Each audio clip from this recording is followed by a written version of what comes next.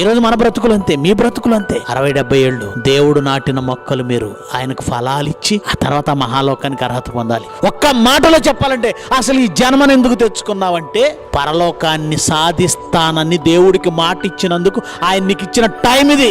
60 ఏళ్ళు నీకు టైం ఇచ్చాను ఆయన, పరలోకం సాధించుకో. 70 ఏళ్ళు టైం ఇస్తున్నాను, పరలోకం సాధించుకో. నీకు 40 ఇస్తాను కానీ పరలోకం సాధించుకో. ఆయన ఇచ్చిన టైంలో చాలా మంది వేస్ట్ చేశారు. నువ్వు పరలోకం సాధించుకోవడానికి టైం తగ్గిపోయింది. ఎగ్జామ్ హాల్లో కూర్చున్నటువంటి పిల్లాడు 1 గంట 2 గంటలు 3 గంటలు వేస్ట్ చేసాడు కూడా ఉపయోగమే ఉంది. ఇచ్చిన 3 గంటల్లో పాస్ అవ్వడానికి ప్రయత్నించాలి. దేవుడిచ్చిన ఈ కాలం పరలోకం సాధించడానికి దేవుడిచ్చిన అవకాశం. అంటే ఎందుకు పుట్టావంటే పరలోకానికి వెళ్ళడానికి ఇక్కడ పుట్టావు.